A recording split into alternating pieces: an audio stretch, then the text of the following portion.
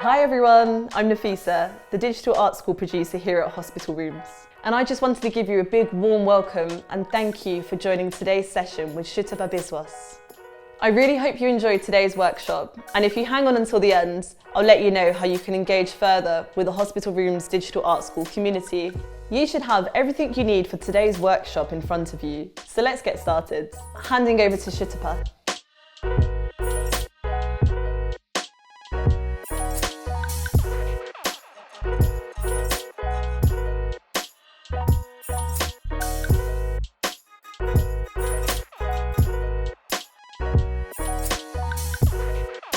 Hi everybody, my name is Sutapa Biswas. I'm an artist and I'm really pleased to meet you today for the digital program workshop in collaboration with Hospital Rooms. So I'm delighted to be working again today with Hospital Rooms, and what we're going to do is to explore one of the themes that I recently developed with Hospital Rooms at the Springfield Hospital in London.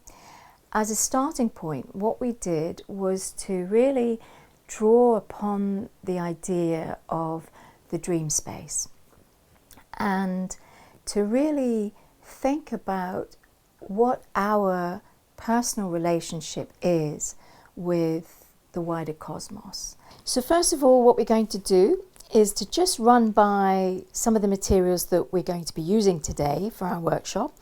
And it's, you know, you can change things. You can use a little bit more of this color or that color, a little bit more of this pencil or, you know, pastel, whatever. So this is just an example of some of the things that you can do. So what I have are some acrylic paints, and I have a different assortment of blue colours. As you can see, we've got here cerulean blue, cobalt blue and phthalo blue, and we also have ultramarine blue.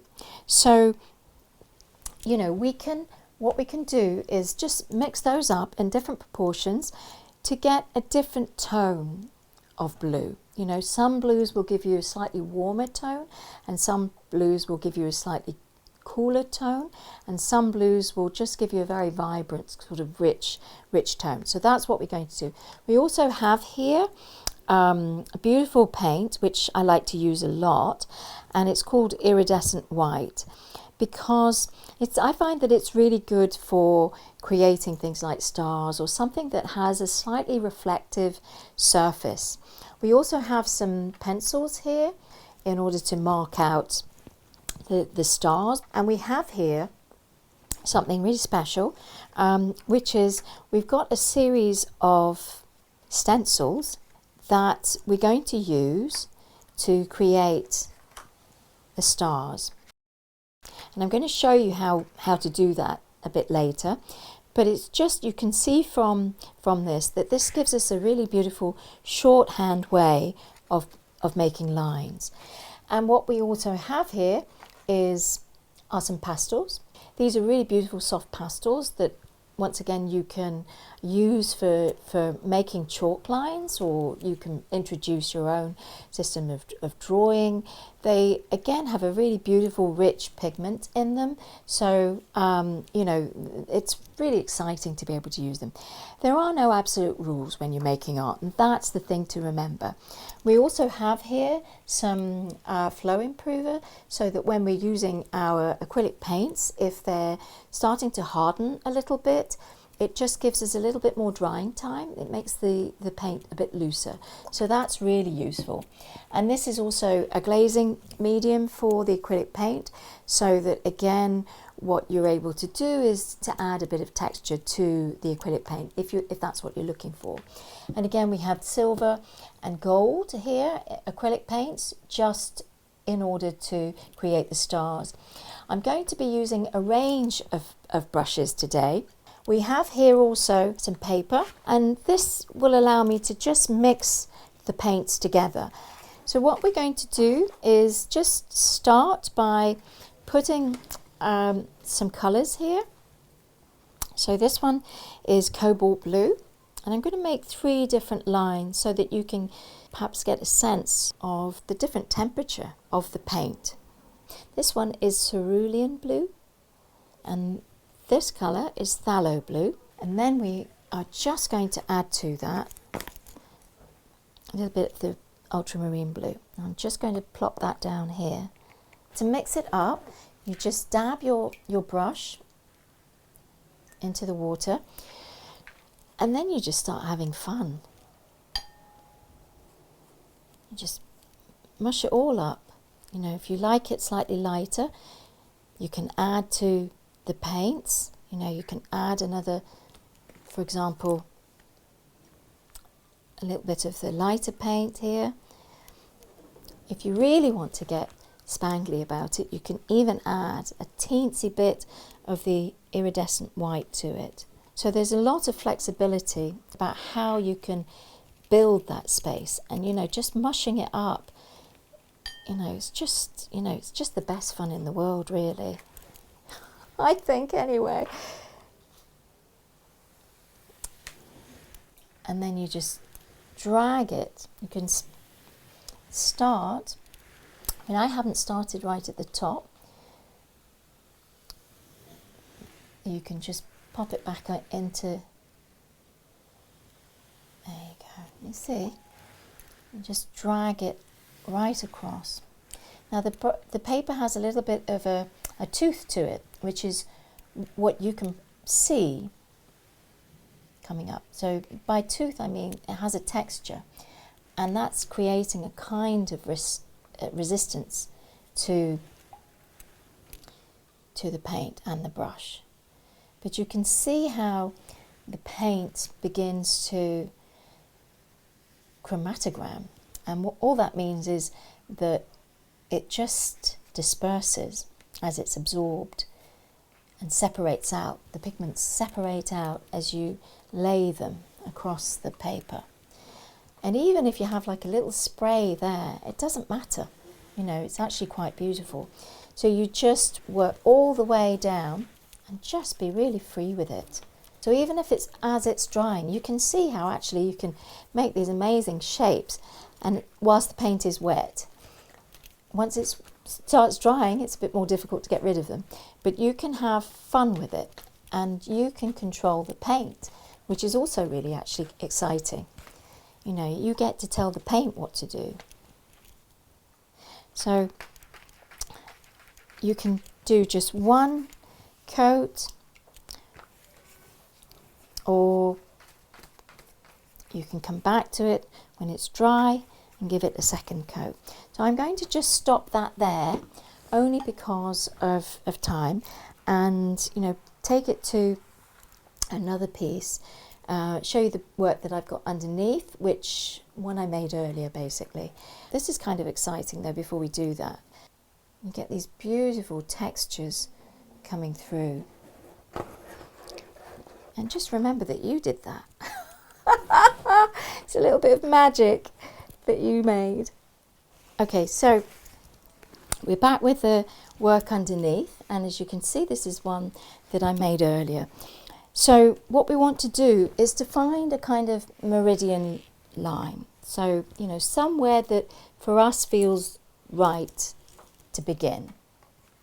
So the other thing that we're going to use is a straight edge, but if you have a ruler, that does the job just as well.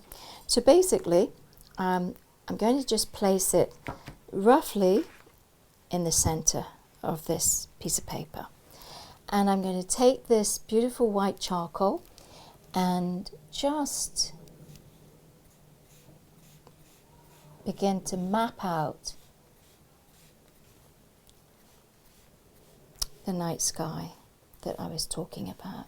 Now, it's really up to you how you begin to build that space, but maybe a good way to plot in the second line is just use the width of your ruler or your straight edge and follow that along like so. And then I'm going to take this away, the straight edge away, so that you can see what the result of that is. Can you see how it's created this beautiful flow of lines downwards? Now, as I said, we might come back and plot another line somewhere here, but for the time being, what I would like to do is to quite randomly take another line that way. And now I've got that next line in, I do feel that it would be good to have another line here. So, but it's not going to be exactly the width of the straight edge. What I think I'd like to do is to bring it in a little bit more closely. And again, starting from the top. Just allow your eye and your mind and your hand to relax and follow that line. You know, trust your hand. And now I've got two quite close, and this feels a little bit empty there. So I feel that maybe I need to do another line here. So that's what I'm going to do. Sometimes you can just only see things by eye, and you know, as I say, you make the rules and it's your choice. So trust your instinct. Now, once you've got those there, what I'd like you to do is to do something, you know, that feels like it could be a bit nerve-wracking. How do I connect that space over to this space here? And you just really do it by eye, like you're stitching, just joining things together in that way. And as you do that, what begins to happen is that you get an arch, a beautiful arch developing. I'm not going to take it from this line next. I'm going to find a line that's slightly broader that also allows us to connect to that point. It doesn't have to be exactly perfect. Remember that when a star falls from the sky, and you know, whenever you see it, it doesn't fall in a predictable way, okay? And you just take this up and build it. So what you're beginning to see, it's almost like this beautiful waterfall, you know, a kind of a falling of stars through these little lines that come downwards towards us. And what you can do then is just keep going with that. What I'm going to do is just to take a second line here and let that come downwards.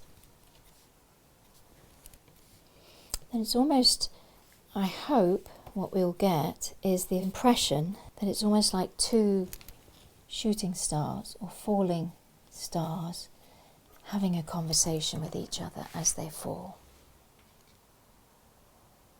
When you've got enough lines in and you feel confident enough, you can just do it freehand, just using your eye.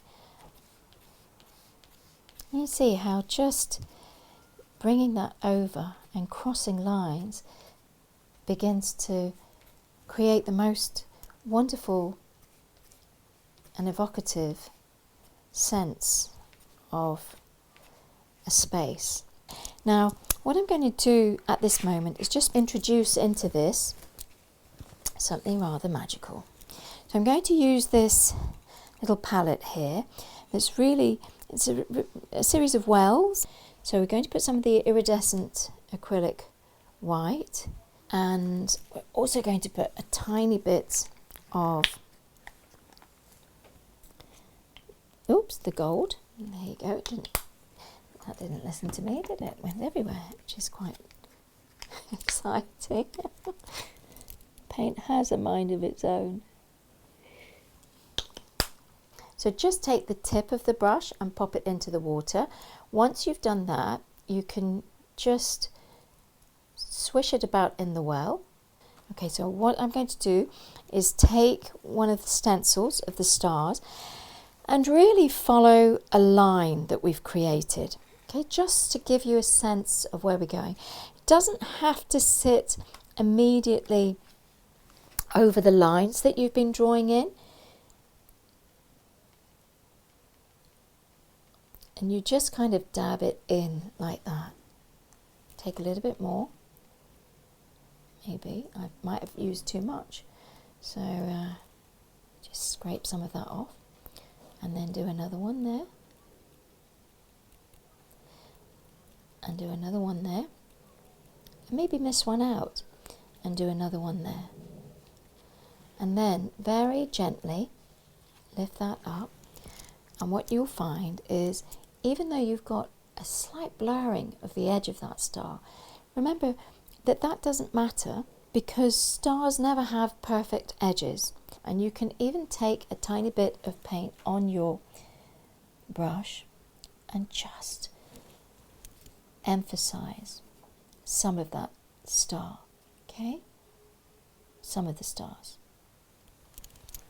Then what we're going to do is to take the same stencil and perhaps go back to one of the stars that maybe you weren't quite happy with, and take silver pigment and just dab it there. Very gently lift that out.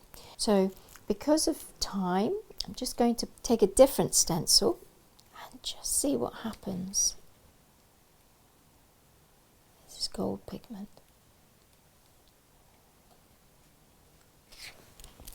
So now you can see that there is a definite difference between the white and the gold.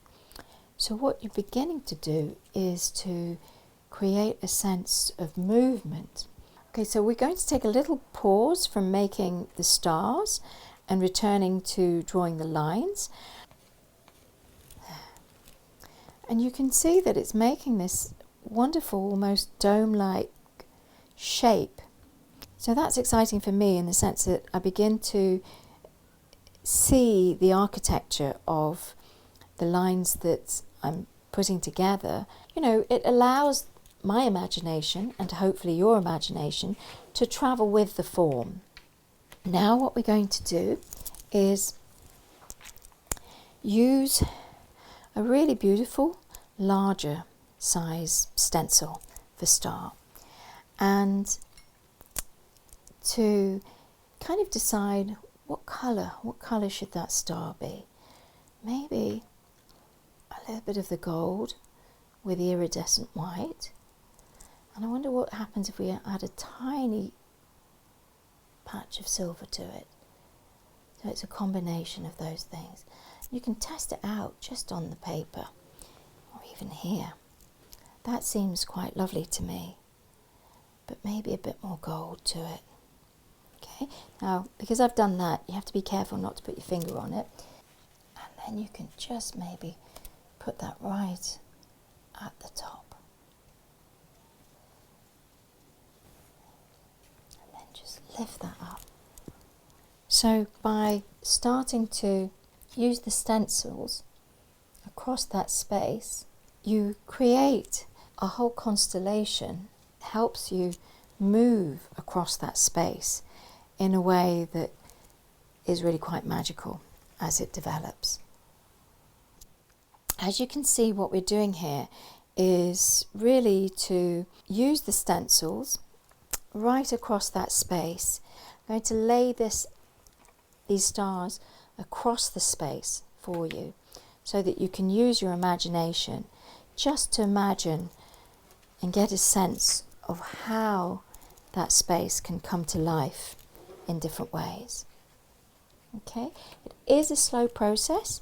It's quite a therapeutic process for me in terms of learning some patience with myself, but also feeling quite absorbed in the making of it. Thank you so much for watching with me today, and huge thanks to Hospital Rooms and the Hospital Rooms team. Many thanks to Winsor & Newton for their very generous support of the materials that we have here today.